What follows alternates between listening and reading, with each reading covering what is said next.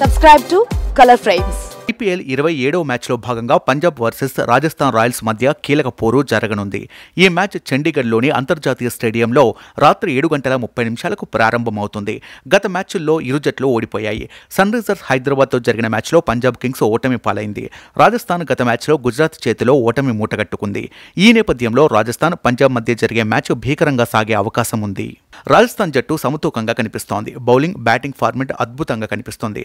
ఇదివరకు జైపూర్ వేదికగా జరిగిన మ్యాచ్లో సంజు శాంసన్, రియాన్ పరాగ్లో విధ్వంసం సృష్టించిన విషయం తెలిసిందే. బౌలింగ్లో కుల్దీప్ సేన, యజ్వేంద్ర చాహల్ జోడీ అద్భుతంగా రాణిస్తోంది.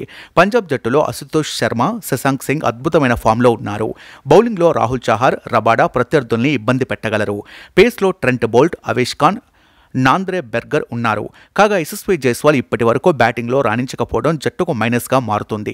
ఈ సీజన్లో సెంచరీ చేసిన జోస్ బట్లర్పై జట్టు భారీ అంచనాలు పెట్టుకుంది.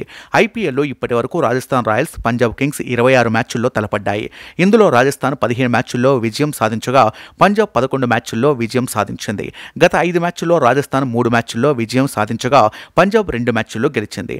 అయితే 2021 నుండి 2023 వరకు ఇరు జట్ల మధ్య మొత్తం 5 మ్యాచ్లు జరిగాయి.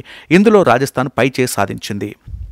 2021లో ఆడిన 2 మ్యాచ్ల్లో 1-1తో డ్రా అయింది. కాగా 2022లో రాజస్థాన్ 6 వికెట్ల తేడాతో పంజాబ్ను ఓడించింది. 2023లో ఆడిన 2 మ్యాచ్ల్లో ఇరు జట్ల మధ్య మళ్లీ 1-1తో టై అయింది. తొలి మ్యాచ్లో రాజస్థాన్ 4 వికెట్ల తేడాతో గెలుపొందగా రెండో మ్యాచ్లో పంజాబ్ 5 పరుగుల తేడాతో విజయం సాధించింది.